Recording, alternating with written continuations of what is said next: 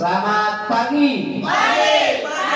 Pagi, luar biasa. Yes, mantap. Terima kasih. Selamat pagi untuk kepala sekolah dan wakil kepala sekolah. Nama saya Kiswanto. Saya mendapatkan tugas dari PPKG, PJOK. Apa itu PPKG? PPKG PJOK adalah pengembangan pelatihan kompetensi guru PJOK. Bagaimana saya mengikuti pelajaran ini dari bulan Oktober, ya. Dari bulan Oktober saya sudah mengikuti pelajaran modul 1 sampai sekarang modul 3 dan akhir. Dan aksi nyata saya harus bertugas membuat komunitas. Saya sudah membuat komunitas yang saya beri nama adalah Komunitas Diskusi Pendidik Guru Mapel. Dan di sini kami sudah berdiskusi dengan guru mapel untuk membuat tindak lanjut tentang pencegahan bullying di KBM. Kegiatan belajar mengajar, di situ kami akan memberikan selalu tentang bagaimana pencegahan tentang bullying yang saat ini sedang ramai, ya, bahkan sudah banyak viral bagaimana seorang peserta didik membuli temannya. Di sini kenapa saya selipkan di kegiatan belajar mengajar agar setiap guru nanti memberikan terus-menerus tentang pengetahuan pencegahan bullying. Di dalam komunitas kami ada susunan antara lain adalah pertama adalah ketuanya adalah saya Erik Kiswanto, yang sekretarisnya adalah Tuti Alawiyah dan guru agama bendahara dari Dina Menawaro, dari guru agama juga, dan humasnya Pak Andre Mulia adalah guru PJOK. Dan beranggotakan Miss Ismi Istiqomah, dia dari Mapel Bahasa Inggris, dan Bu Kiswa dari agama juga. Karena di sekolah SDN seperti 03 guru Mapel terdiri dari 3 guru agama, 2 guru bahasa Inggris, dan 2 PJOK. Next, lanjut.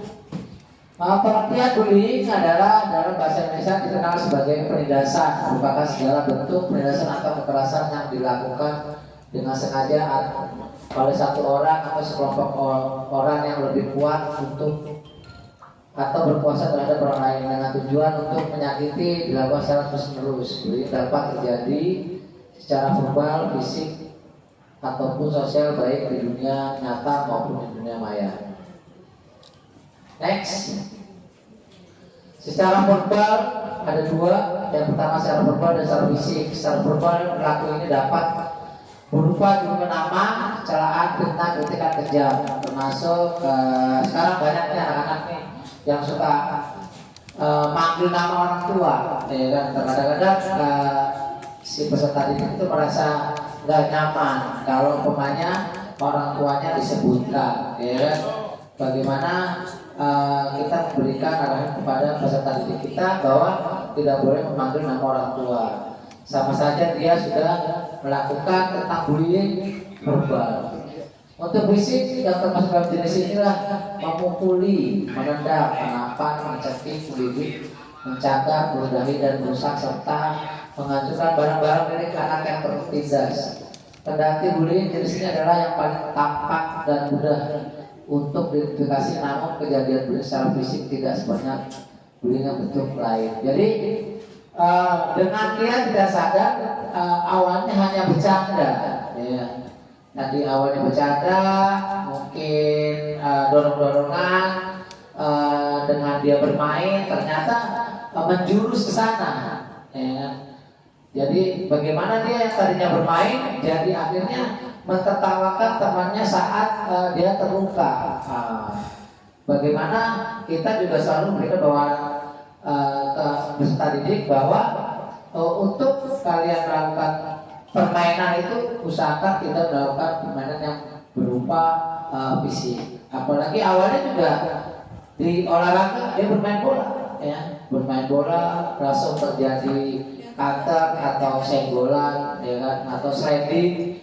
Awalnya dia hanya biasa saja, ternyata setelah pertandingan di luarnya dia justru saling mengatai atau menyalahkan, ya kan? Gara-gara tadi nih main bola begini-begini. Nah di situ tugasnya seorang guru TJOK dan guru mapel memberikan pengetahuan terus bahwa tingkatkan namanya sportivitas, ya kan? Sportivitas dalam melakukan semua kegiatan olahraga dan kegiatan apapun juga saat melakukan dia saat berolahraga dengan bermain olahraga tradisional, olahraga yang lain, bagaimana dia meningkatkan sportivitasnya. Ya bukan dalam arti tentang keegoisannya. Saat dia kalah, dia harus menerima kekalahannya. Saat dia menang, dia juga harus menghargai yang kalah, karena perjuangan pertandingan itu sama antara kalah dan menang. Next, lanjut Ibu.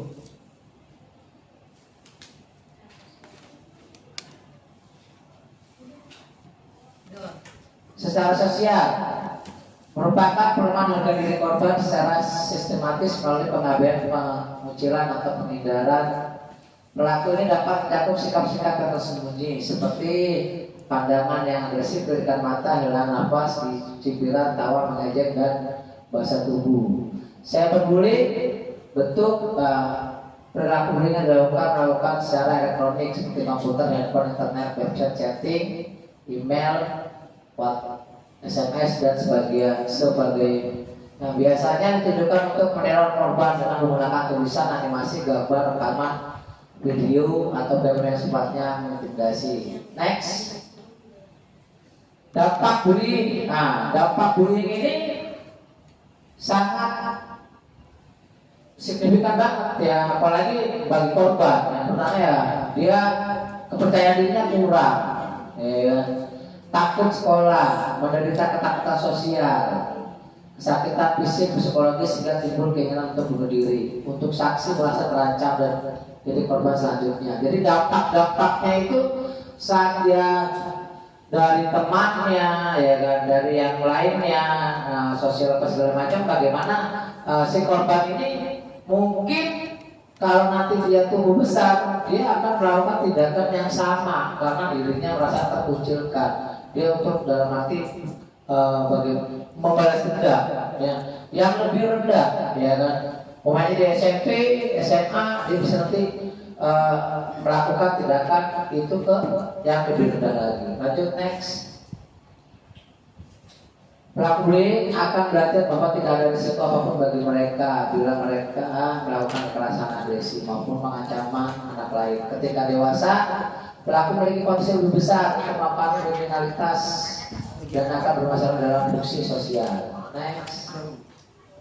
Upaya pencegahannya, mencegah oleh anak, pengembangan budaya, ikut serta membuat dan menegakkan aturan sekolah terkait pencegahan bullying, ikut membantu teman menjadi korban, memahami dan menerima perbedaan yang individu di lingkungan sebaya.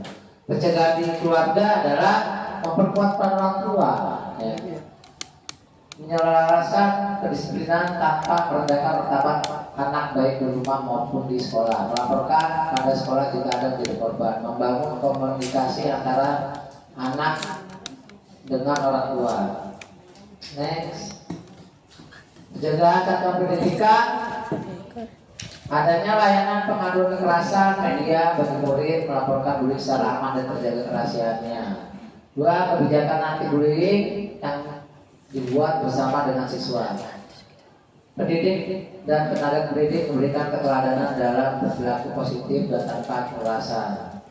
Mencegah oleh masyarakat, jadi ada 2, yang satu pendidikan, yang 2 dalam masyarakat. 2. Mengembangkan perilaku peduli dengan prinsip kepentingan terbaik bagi anak. Dan semua anak adalah anak kita yang harus kita lindungi. Yang kedua, bekerjasama dengan satuan pendidik untuk bersama-sama mengembangkan budaya anti kekerasan.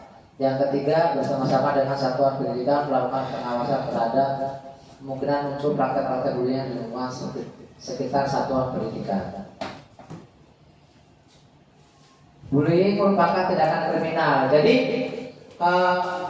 kalau bentuknya tidak ada penekanan, bullying itu akan berkembang menjadi kriminalitas karena membentuk suatu percaya diri bahwa saat dia melakukan tindakan tidak ditegaskan, akhirnya beranggapan nanti ya sudah lah, nanti nggak berlanjut. Makanya bahwa kasih tahu bahwa anak-anak bahwa bullying itu termasuk kriminalitas. Bagaimana bisa dilaporkan bagi peserta didik yang merasa dia menjadi korban. Next, kebijakan perlindungan anak. Undang-Undang Nomor 35 Tahun 2014 tentang Perlindungan Anak Pasal 9 ayat 1A yang menyebutkan setiap anak berhak mendapatkan perlindungan di satuan pendidikan dari kejahatan seksual dan kekerasan dilakukan oleh pendidik, tenaga pendidik bersama peserta didik atau pihak lain.